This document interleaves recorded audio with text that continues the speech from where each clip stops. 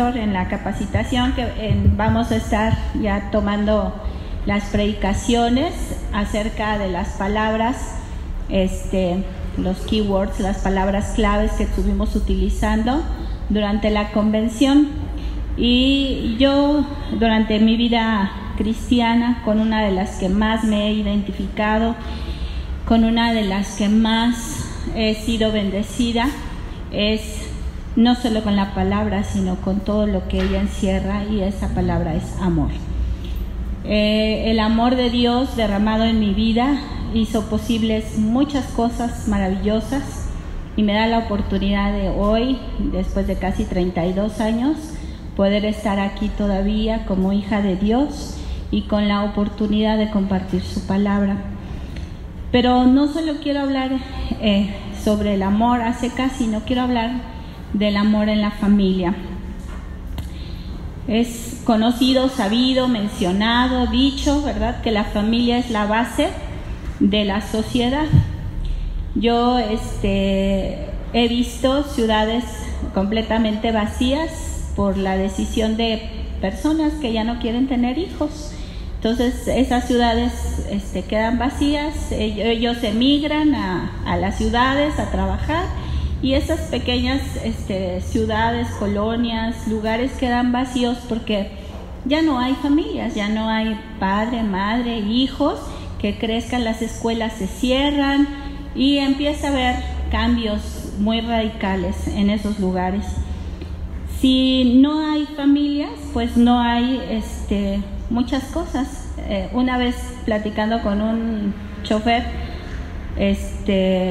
ya se sube uno a la combi y el chofer trae ganas de platicar y le empieza a decir a uno: está bien difícil ahora que están los niños de vacaciones. Y pues yo decía, pero pues ¿por qué? O sea, pues si se supone que es todos los que están trabajando.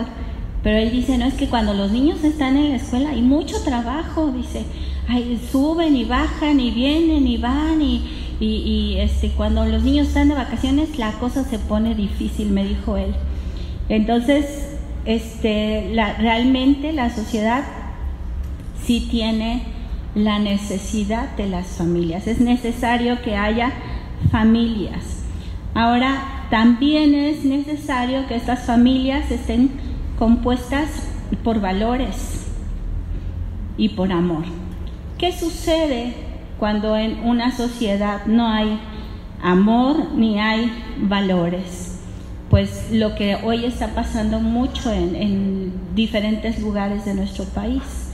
Hay desintegración familiar, hay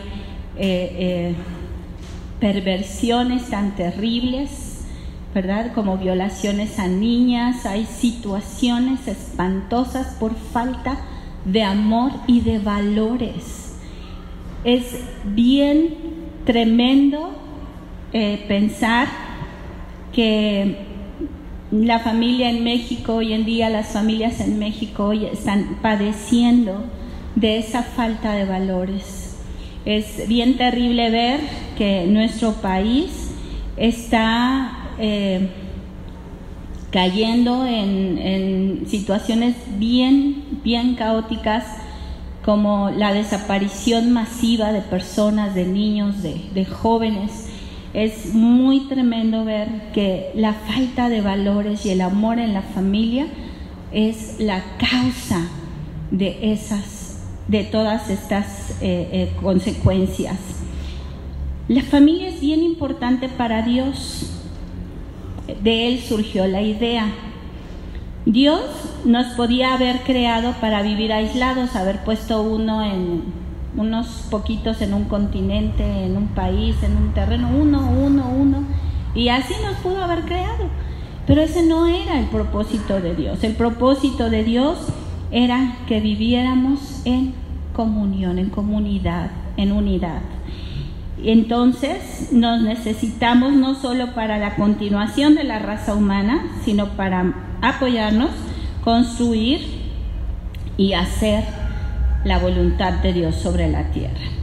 Dice Génesis 1, 27, 28, que en el principio, y Dios creó al ser humano a su imagen, lo creó a imagen de Dios, hombre y mujer los creó, y los bendijo con estas palabras: sean fructíferos y multiplíquense, llenen la tierra y sométanla, dominen a los peces del mar y las aves del cielo y a todos los reptiles que se arrastran por el suelo. Entonces, Dios nos dio una misión compuesta de 2 partes. La primera, de multiplicarse y ser fructíferos, llenar la tierra de hijos. Y la segunda parte de la misión consistía en cuidar la tierra, someterla, dominar sobre ella, ¿verdad? Pero, pues sabemos la historia, ¿verdad? La triste historia de la desobediencia humana que condujo a que las cosas no fueran tal cual Dios las había planeado. Los seres humanos, entonces, creados a la imagen de Dios, tenemos un propósito asignado por Él. Saber el propósito de Dios en nuestras vidas nos da dirección, nos permite saber cómo conducirnos. Siempre hemos hablado, ¿verdad?, y hemos escuchado que la Biblia es nuestro manual del fabricante, que la palabra de Dios es la que nos dirige y nos conduce para caminar en la vida como Dios quiere. Entonces, entendiendo que este propósito asignado por Dios es que llenemos la tierra, que la fructifiquemos, que la dominemos, que la tengamos, la cuidemos, la cultivemos, sepamos, ¿verdad?, que además Dios quiere que tengamos una amistad con Él, que es la fuente del amor y la sabiduría.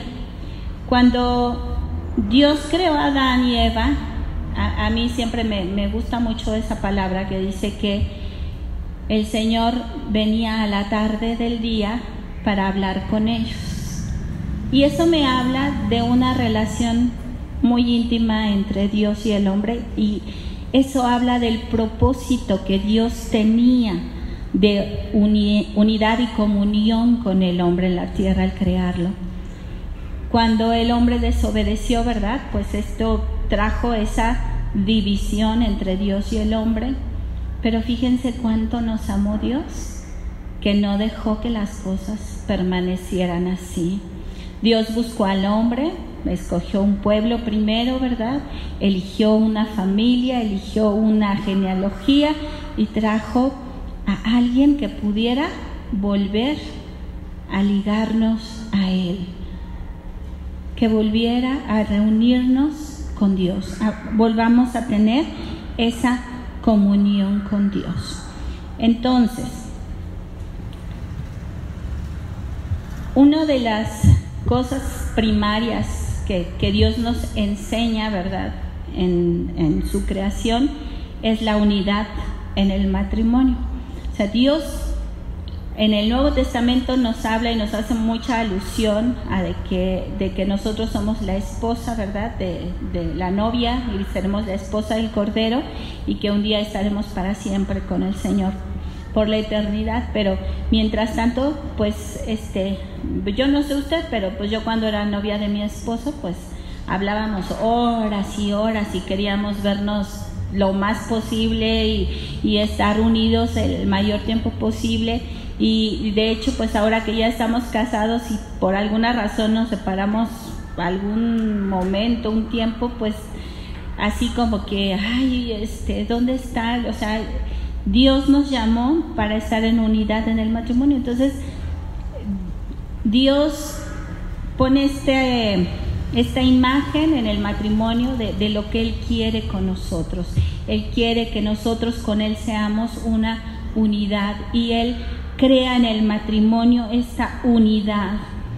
Y Él quiere que esta unidad, este matrimonio, permanezca unido, que permanezca unido no solamente en pensamientos, sino en su espíritu, en sus emociones, en su vida completa. Y eso representa lo que Dios quiere con nosotros, con los seres humanos. cuando el hombre se casa, ¿verdad? Dice Génesis 2:24, por tanto, dejará el hombre a su padre y a su madre y se unirá a su mujer y serán una sola carne. Yo creo que cuando Adán y Eva oyeron eso, pues han de haber dicho, pues, ¿cuál papá? ¿Cuál mamá? Todavía no había papás ni mamás, no había suegros, ¿verdad? Solamente eran Adán y Eva, pero sin embargo él ya estaba viendo a futuro lo que tenía que ser, y era que el matrimonio tenía que dejar a los padres y hacer una unidad. ¿Qué pasa cuando en el matrimonio el papá, el esposo o la esposa son hijos de mamá? Hay problemas, ¿verdad? O cuando dejan que papá y mamá estén opinando y diciendo y queriendo gobernar el matrimonio de estos nuevos, porque este matrimonio ya tiene experiencia, ya sabe, ya conoce y quiere estar, ¿verdad?, diciéndole a este nuevo matrimonio cómo funcionan las cosas. ¿Qué sucede? Pues el matrimonio, ¿verdad?, no está realmente integrado. Estamos así como que mitad para acá y mitad para allá.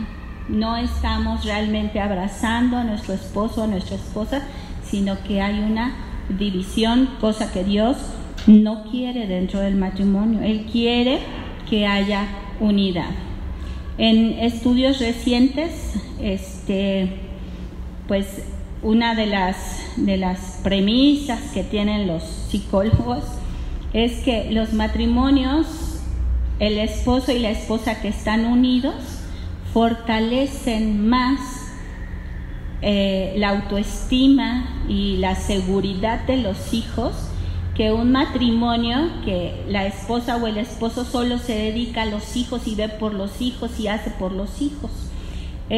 Ellos han sabido hoy, han entendido que si el papá y la mamá están unidos, si el hijo ve que el papá respeta a la mamá, ama a la mamá, y si ve el hijo que la mamá ama a su esposo y lo respeta, los hijos crecen seguros y crecen con una alta autoestima, aprendiendo del ejemplo que están viendo, el respeto y el amor de los unos con los otros.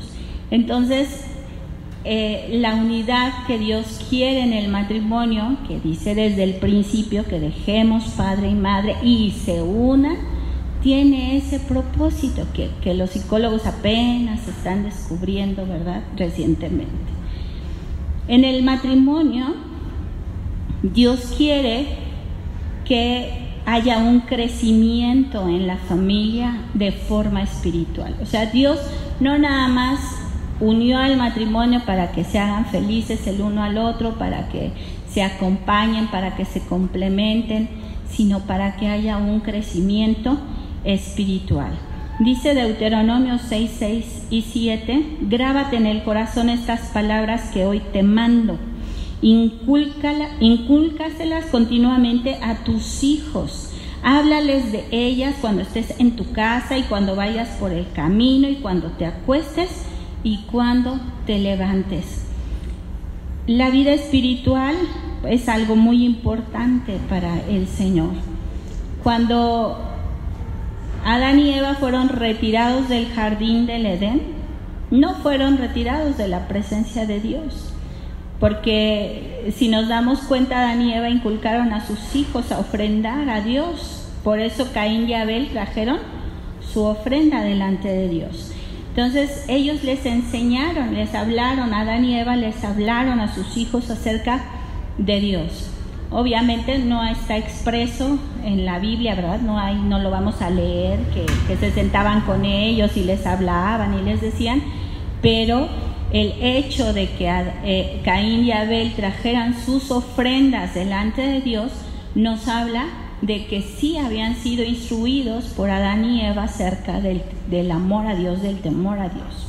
Entonces, nosotros como padres, como matrimonios, tenemos primeramente que llenar nuestras mentes y corazones de ese amor de Dios y enseñar a nuestros hijos. La semana pasada tuvimos una reunión con Juanita López y nos decía, el tiempo que sus hijos pasan aquí es bien poquito, pasan muy poco tiempo aquí y es muy poco probable que nosotros les podamos infundir o enseñar lo que ellos espiritualmente tienen que aprender, y eso es leer la Biblia y orar. Decía Juanita sorprendida que hay niños que vienen a la iglesia que dicen que en su casa no tienen Biblia y que por eso no leen y no estudian en la semana la palabra de Dios. Es la obligación de nosotros como padres instruir a nuestros hijos. No es venir a la iglesia, ay, súbete a la escuelita dominical y ahí que te enseñan. Es obligación de nosotros los padres hacerlo. Dios tiene un propósito de que nosotros llenemos nuestras mentes y corazones y que en ese ejemplo amoroso y constante vivamos de acuerdo a los mandatos de Dios. Cuando yo dejé de trabajar para cuidar a mis hijos, enfrenté muchas cosas en mi carácter que necesitaban ser transformadas y cambiadas, porque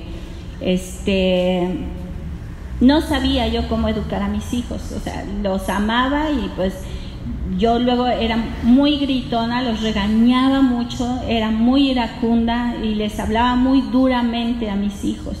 Y pues yo veía en ellos el temor, o sea, más que respeto o amor, pues yo veía que pues ya de repente me tenían miedo.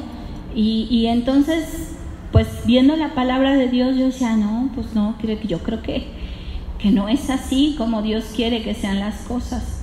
Comencé a pedirle a Dios su dirección, su guianza, que me ayudara a usar la palabra para poder instruir a mis hijos, para poderlos enseñar, y que me ayudara a que esa ira y ese enojo y esas palabras duras fueran quitadas de mí, para poderles hablar en amor y ayudarlos a que ellos fueran que conocieran, fueran fortalecidos y conocieran también el amor de Dios.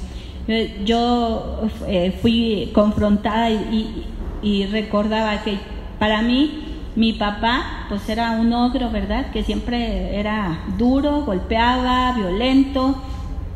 Y entonces cuando yo vine a Cristo, pues me decían, es que Dios es tu papá. Y yo, ay, pues me daba cosa, porque decía yo, ay, pues no, porque la imagen que yo tenía de mi papá pues no era la imagen de un padre amoroso, tierno, consecuente, sino de un papá que si no le parecía, ¿verdad? Y entonces fui confrontada un día y dije yo, pues mis hijos van a identificar el amor de Dios en el trato que yo les estoy dando. Y si yo soy dura y áspera y gritona, pues entonces ¿cómo van a percibir ellos a Dios? Si yo quiero hablarles del amor de Dios, ¿cómo puedo estar siendo así? Entonces Dios nos lleva a ir cambiando, a ir transformando esas cosas para poder ser la imagen correcta que nuestros hijos puedan ver y actuar. Si no somos así, pues entonces nuestros hijos se van a decepcionar, ¿verdad? Y van a decir, pues ¿para qué? Si mi mamá dice que tiene a Dios y cómo es, ¿yo para qué voy a la iglesia? ¿Yo para qué sigo sus caminos? Si ella no es un buen ejemplo para mí, si es iracunda, si es grosera, si es dura conmigo, así ha de ser Dios, ¿para qué voy? Entonces es bien importante que como padres entendamos lo que Dios quiere que les transmitamos a nuestros hijos. Dice el Salmo 127:3 que herencia de Jehová son los hijos, cosa de estima el fruto del vientre. Entonces, fíjense, ahí ahora que fuimos a las pláticas en el CCH cuando entró Joshua, decía una profesora que llamaron a una mamá porque nos dijo, ay, por favor, denos números telefónicos de emergencia donde sí contesten. Y porque hemos llamado y no nos contestan, o sea, son los de emergencia y no nos contestan. Y dice, y por favor, estén al pendiente de sus hijos, dijo la profesora, quiéranlos, cuídenlos, dice, porque es bien triste.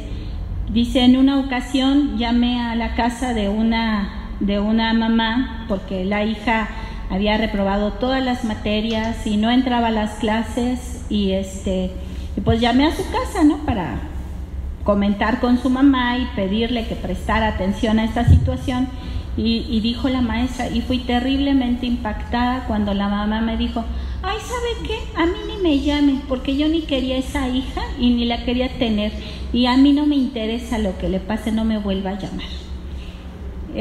Pues cuando yo oí eso, yo dije, Dios, o sea, ¿por qué hemos dejado de ver a los hijos como una bendición? ¿O por qué ahora usamos la palabra, ay, tu bendición? O sea, como haciéndolo como forma burlona, como si fuera algo, no una bendición, sino como que fuera una carga para las personas, y no es así. Entonces, los hijos que Dios nos da, dice que son una herencia. Si a ustedes le dan una herencia, ¿la rechazarían? Lo que decimos cuando los choferes van a toda velocidad, ¡ay, parece que va a recibir herencia! ¿Por qué decimos esa frase? Porque hay prisa, porque quiere ir, ¿verdad?, por el dinero, por la herencia. No rechazamos una herencia, al contrario, pues, ¡ay, venga la herencia! Pues los hijos son una herencia. Son una herencia de Dios para nuestras vidas.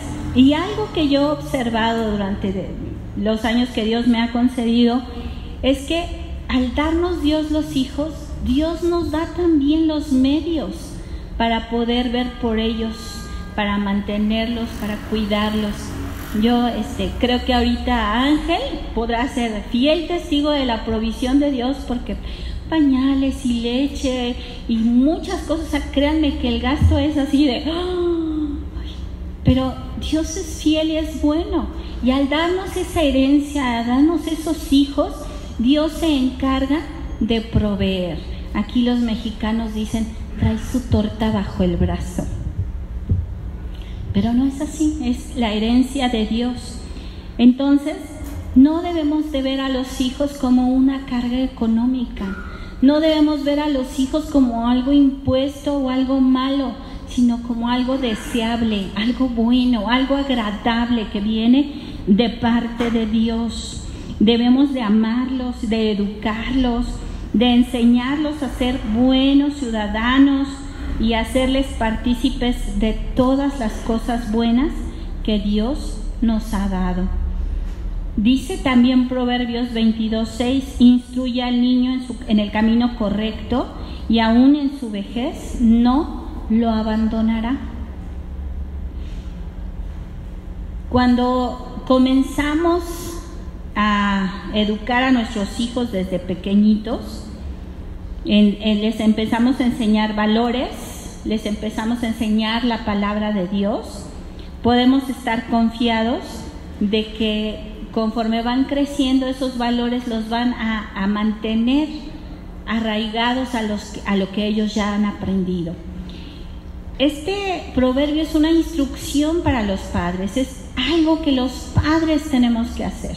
No solo apreciar esa herencia que Dios nos ha dado, sino también hacer que esa herencia que hemos recibido fructifique. Que esa herencia que hemos recibido dé un fruto. ¿Qué fruto queremos que dé esa herencia que hemos recibido? La queremos, pues a mí qué me importa y que se quede. Queremos que no crezca, nos la gastamos, no, esto no. ¿Qué queremos hacer con eso que Dios nos ha dado? Dice, debemos de ayudar a nuestros hijos a crecer, a enseñarles los valores, Hoy en día el enemigo quiere meter la idea de que los niños decidan cuando tengan edad suficiente lo que ellos quieran ser, si quieran ser niños o niñas, si quieren ser cristianos, budistas, católicos, que ellos solitos decidan. Los padres dicen se abstienen de darles ningún dato, ninguna información, y que ellos solitos decidan en su momento. Es una mentira del enemigo, porque Dios nos dice claramente que nosotros como padres debemos instruir a nuestros hijos en el camino del bien. Dios nos los ha dado con ese propósito de sembrar en ellos la semilla. Sí es muy bueno ir y predicar el evangelio a las naciones, pero hermano, tienes allá tus hijos, que es tu Jerusalén, donde tienes que predicar la palabra de Dios con poder para que tus hijos crezcan fortalecidos en la palabra de Dios y hagan y cumplan la voluntad de Dios. Así es que nosotros somos responsables de enseñarles a nuestros hijos la palabra de Dios.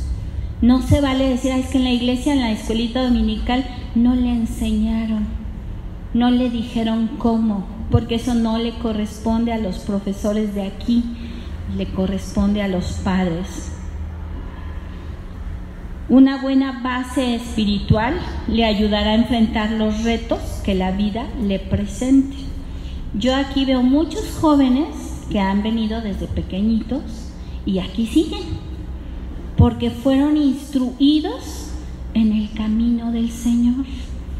Y porque yo sé que cuando enfrentaron pruebas, cuando enfrentaron situaciones que los jalaban, las tentaciones, puede ser que se hayan equivocado, que hayan caído, pero lo que estaba sembrado en su corazón los ha hecho regresar, arrepentirse, venir nuevamente a los pies del Señor.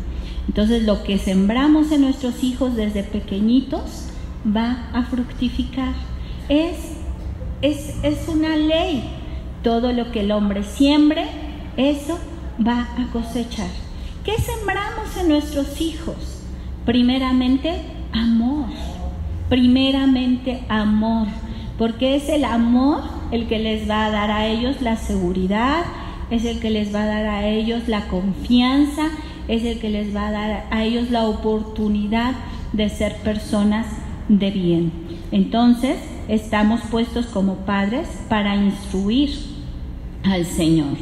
Dice primero de Crónicas 16, 28 y 29, tributen al Señor familias de los pueblos, tributen al Señor la gloria y el poder, tributen al Señor la gloria que corresponde a su nombre, preséntense ante Él con sus ofrendas, adoren al Señor en su hermoso santuario.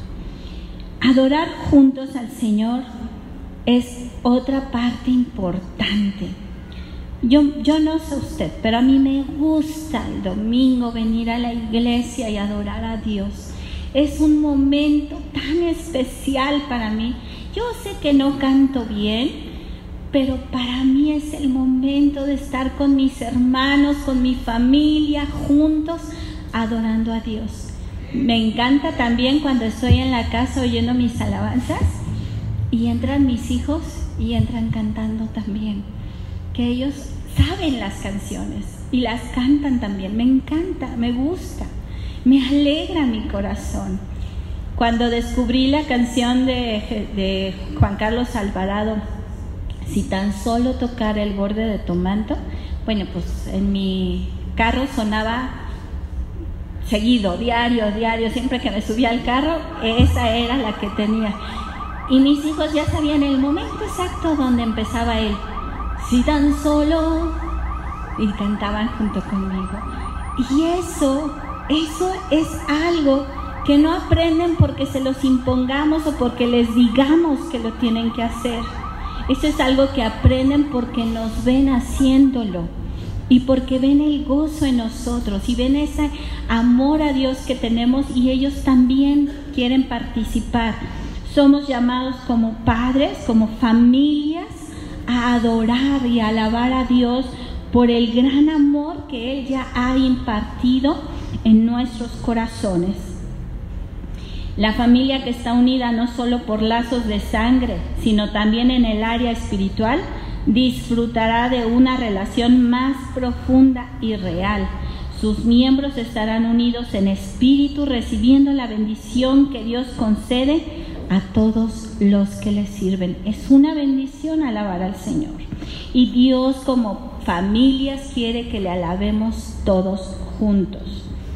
Proverbios 6:20 dice a los hijos, ya hablamos sobre los padres y las obligaciones que estos tienen. Ahora les habla a los hijos y les dice: hijo, obedece el mandamiento de tu padre y no abandones la enseñanza de tu madre. En Proverbios 6:20 nos dice esto: los hijos deben obedecer a sus padres.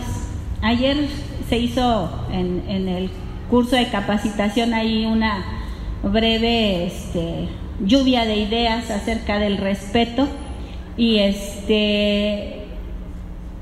una de las cosas que la palabra de Dios quiere y hace aquí referencia es que la obediencia a los padres es necesaria por parte de los hijos. Y no dice porque tu papá es bien bueno y lo tienes que obedecer, o tu mamá es muy linda y por eso la tienes que obedecer, sino porque Dios quiere que así sea. Las cosas funcionan mejor cuando obedecemos a nuestros padres.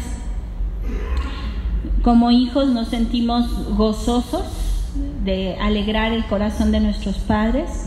Como hijos nos sentimos bien por hacer lo que Dios nos ha mandado, y nuestras vidas reciben bendiciones.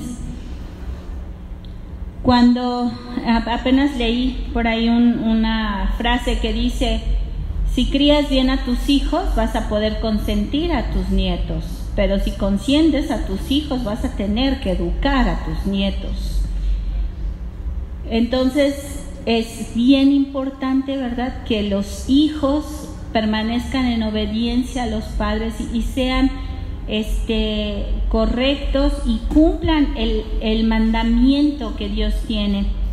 Por ahí dicen: te conviene, porque Dios va a alargar tu vida, te va a prosperar el Señor, hijo, te conviene obedecer al Señor y honrar a tu padre y a tu madre.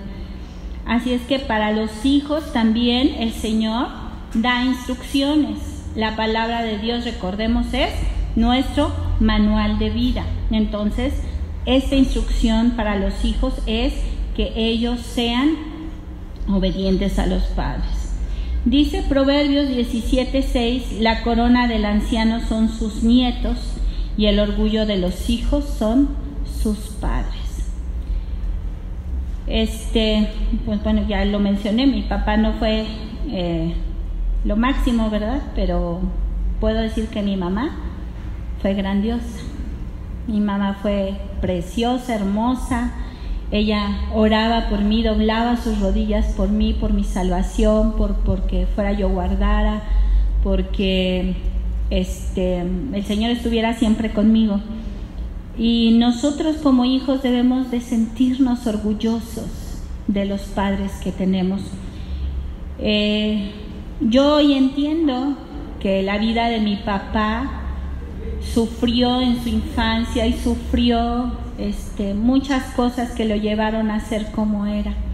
Y hoy yo estoy en paz con mi padre. O sea, yo sé que Él está en el cielo y que también lo voy a ver allá cuando el Señor me llame a su presencia, y que Él fue la semilla que tuvo que morir para que diera el fruto en casa. Así es que me siento orgullosa de que al final de sus días mi padre haya conocido al Señor como su Salvador y nos haya dejado esa herencia. Y yo recuerdo que mi mamá con mis hijos, con mi sobrina y con mis sobrinos en general, pero pues más recientemente con mis hijos y la de Marta, era para mi mamá una felicidad ver a sus nietos.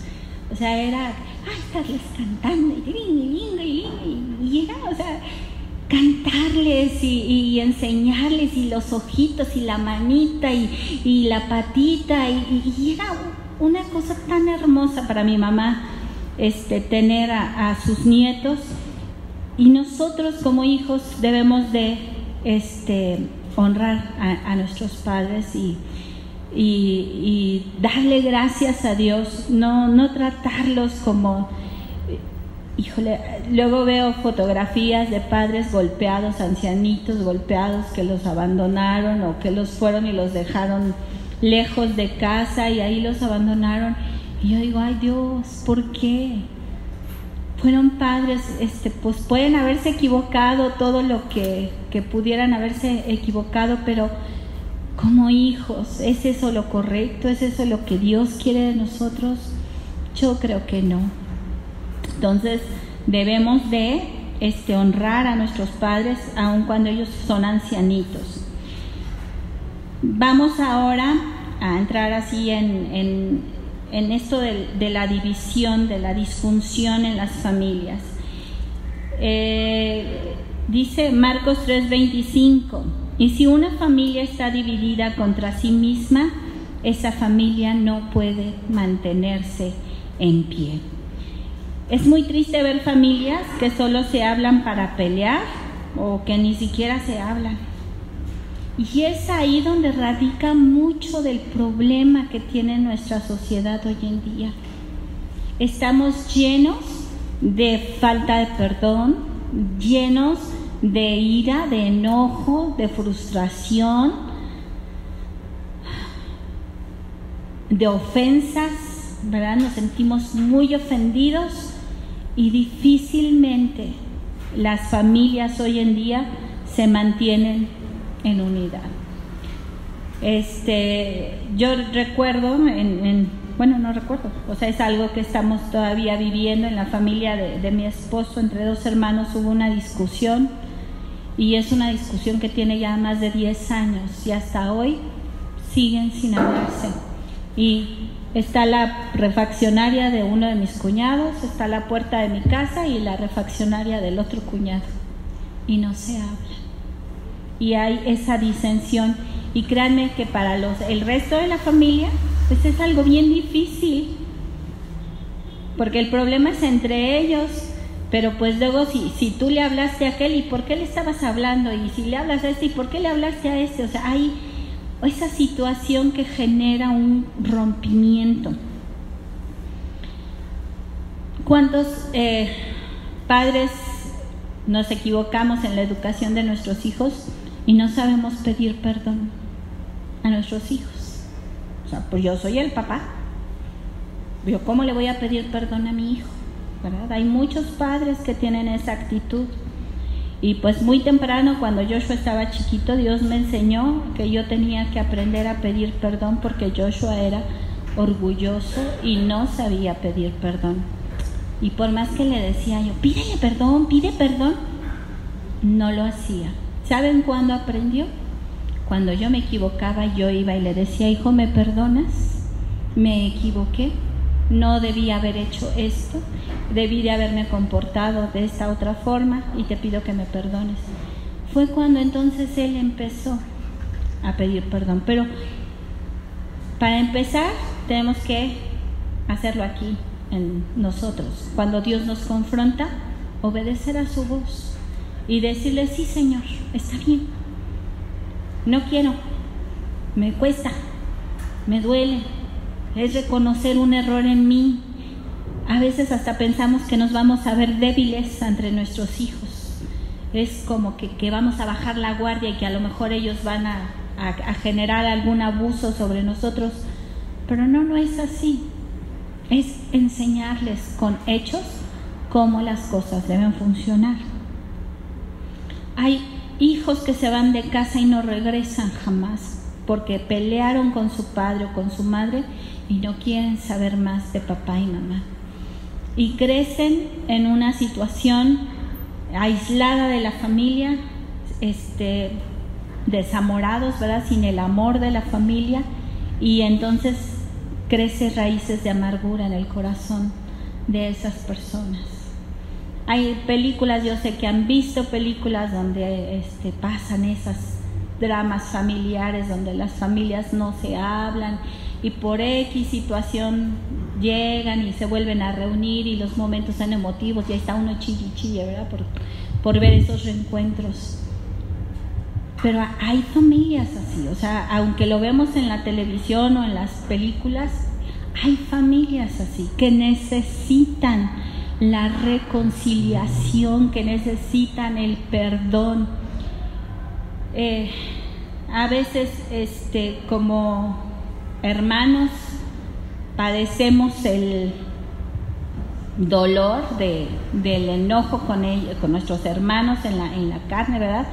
Diferimos, disentimos en cosas, nos enojamos con nuestros hermanos y pues a mí qué me importa, ya él le va a dar cuentas, a mí no me interesa, yo estoy bien con Dios. Pues no estás bien con Dios, porque si no pides perdón a tu hermano, si no estás en paz con tu hermano, dice el Señor, ni traigas tu ofrenda, ni la presentes, porque no la voy a recibir. Ve y ponte de acuerdo con tu hermano, ve y arregla tu situación con tu hermano y ya luego vienes. Y entonces sí, mira, te recibo la ofrenda con mucho amor. ¿De qué nos habla esto? De que Dios no quiere la desunión de las familias. El Señor quiere la unidad de las familias, quiere que estemos en unidad. Primera de Timoteo 5:8 dice, el que no provee para los suyos y sobre todo para los de su propia casa, ha negado la fe y es peor que un incrédulo.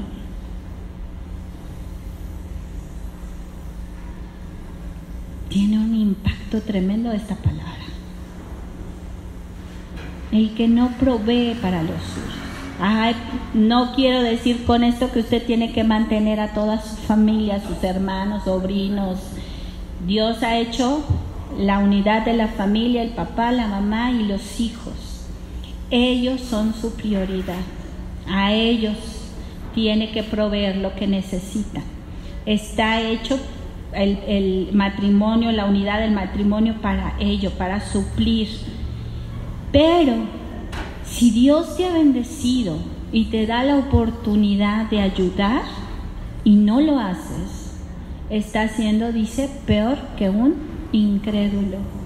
Necesitamos entonces, con un corazón sincero, amante por Dios, quitarnos esas cosas que nos impiden. Tengo a uno de mis hermanos, le amo en el amor del Señor, pero ha sido difícil porque han sido años y años y años y años de un carácter no maduro, de un carácter difícil de tratar y que sabemos que Dios tiene propósito para su vida, pero él sigue en negación, sigue queriendo hacer su voluntad, su yo, dejar su orgullo en lugar de cederle a Dios el control de todo. Y para mí como hermana, pues a veces es difícil. Y a veces la ayuda que le he tenido que dar es decirle, no te puedo dar nada, no te puedo ayudar.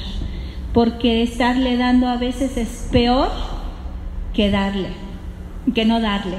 Porque cuando no le doy, yo sé que entonces la dependencia va a ser hacia Dios y no hacia lo que yo pueda hacer por él.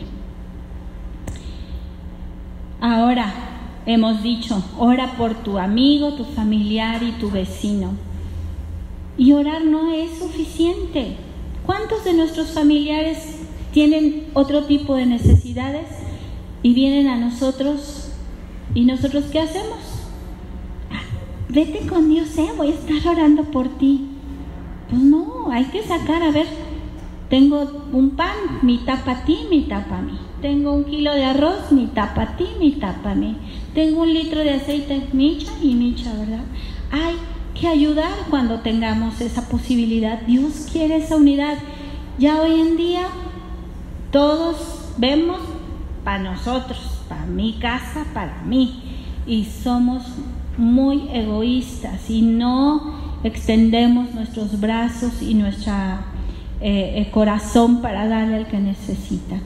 Pero lo más grande que les podemos dar es el amor de Dios. Es lo mayor que podemos compartir con ellos.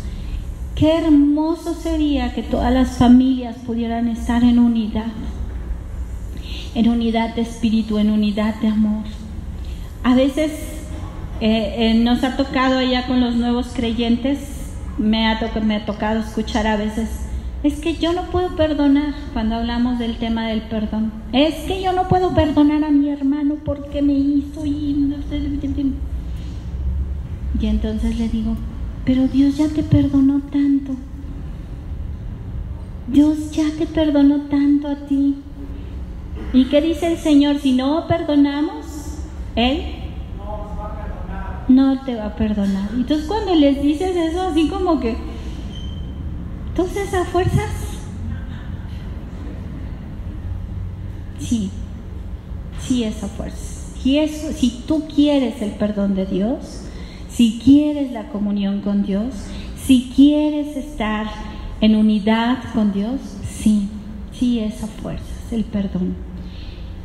Y eso es algo que es necesario. Alguna vez leí una historia de dos hermanos que se enojaron. Ellos vivían uno en un lado y luego el río y luego el otro del otro lado, y el día que se enojaron derribaron el puente que unía sus dos propiedades, y durante muchos años no se hablaron. Entonces se dice que un día llegó un carpintero al pueblo y vio que las dos propiedades estaban bien bonitas y que muy fructíferas y todo, y que él dijo: ay, aquí hace falta un puente. Y que él se puso a construir el puente. Y entonces el hermano de un lado decía: ay, ¿por qué habrá mandado a hacer el puente mi hermano? Ay, ¿será que ya me quiere perdonar? ¿Será que ya vamos a hablar de nuevo? Y el otro decía: pues ¿qué piensa? Yo no voy a hablar con él. ¿Para qué levanta ese puente? Si cree que yo voy a ir a pedirle perdón, está muy equivocado. Había un corazón dividido, ¿verdad? Los dos tenían pensamientos diferentes. Y el carpintero siguió construyendo el puente. Y cuando el puente terminó de ser construido, el de este lado corre, atraviesa el puente y abraza a su hermano y le dice: te he extrañado tanto, perdóname, te amo. Cuando el otro se ve abrumado por el amor de su hermano, le dice: yo también te he extrañado. Y se olvidó de todos esos pensamientos que tenía. A veces lo que necesitamos hacer es cruzar ese puente. El carpintero ya lo construyó, ya hizo ese puente para que podamos recibir perdón y dar el perdón. Así es que yo creo firmemente que una de las cosas que va a permitir el crecimiento de esa iglesia, de tu familia, de tus familias, es el amor de Dios derramado a través del perdón y a través de darles la oportunidad de conocer el amor de Dios también. Dios nos ha llamado a actuar con sabiduría, y la sabiduría nos enseña que el temor del Señor es el principio de la sabiduría. ¿Amamos a Dios? Sí, pero no nada más tenemos que amarlo a Él, porque nos ha dado una oportunidad de amar a todos nuestros semejantes. Nuestra relación con Dios es vertical, pero Él no quiere que se quede en eso, en una relación vertical. Quiere que se vea también reflejada en nuestra relación horizontal. Somos llamados a transmitir el buen camino no solo a nuestros hijos, sino también a nuestros familiares. ¿Qué dice el Señor que somos nosotros? La luz del mundo. ¿Cómo el mundo va a poder saber que Dios puede transformar familias si no estamos iluminando en el lugar donde Dios nos puso? Si no somos esa luz para el mundo. El Salmo 128 dice: El temor al Señor trae bendiciones. Dichosos todos los que temen al Señor, los que van por sus caminos. Lo que ganes con tus manos, eso comerás, gozarás dicha y prosperidad. Y en el seno de tu hogar, tu esposa será como una vid llena de uvas alrededor de tu mesa. Tus hijos serán como vástagos de olivo. Tales son las bendiciones de los que temen al Señor. Si nosotros tenemos esa bendición de Dios, la gente se va a dar cuenta, porque la bendición de Dios va a estar sobre nosotros, porque hemos perdonado a nuestra familia, hemos perdonado a nuestros hermanos, hemos perdonado a los que nos rodean, y vamos a ver esa bendición primeramente nosotros mismos, porque ya no vamos a traer una carga pesada, sino vamos a estar con libertad para amar a los que nos rodean. Y la gente se da cuenta y dicen: yo quiero eso. Eso me gusta, eso está bonito, eso está padre, esta familia los veo unidos. ¿Cómo sales de tu casa para venir a la iglesia en la mañana? ¡Córrele!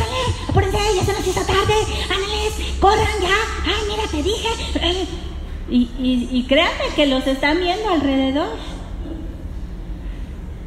Sobre todo si viven en un edificio, no se diga. O salen: ya vámonos, chicos, es hora de alabar a Dios.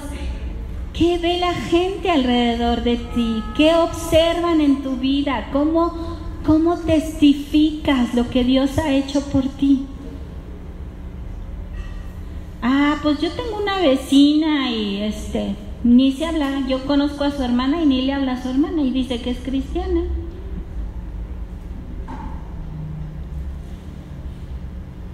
Sí les ha pasado, ¿no? Hay amigos que tienen en común. ¿Y qué testimonio les damos? Nuestro reflejo de amor a Dios comienza primeramente en el hogar. Ese es el primer testimonio que damos. Yo recuerdo cuando mi mamá vivía y teníamos la célula familiar, llegaban familias, llegaban personas ahí a la casa. Y se alargaban las células, no eran de 1 hora, a veces hasta 3 horas, porque no se querían ir. Decían: es que aquí se respira una paz. Y yo decía: pues pásale, porque pues ya nos queremos dormir. ¿Cómo se siente la gente cuando llega a tu casa? ¿Qué ambiente perciben? ¿Cómo se sienten ahí? ¿Cómo ven cómo ven el trato hacia tus hijos? ¡Ándale, te dije que fueras, que hicieras! Le echas la mirada 33, la matona.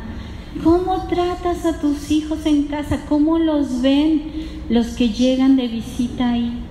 ¿Qué hay? Entonces, 1 Corintios 13:7. Es el famosísimo pasaje sobre el amor. No se goza de la injusticia, mas se goza de la verdad. Todo lo sufre, todo lo cree, todo lo espera, todo lo soporta. El amor nunca deja de ser, dice Corintios 13. Pero no nos equivoquemos, porque todo lo sufre, todo lo cree, todo lo soporta, no quiere decir que vayamos a ser partícipes de los pecados de las personas, sino que los dirijamos en amor al arrepentimiento y a buscar al Señor sinceramente.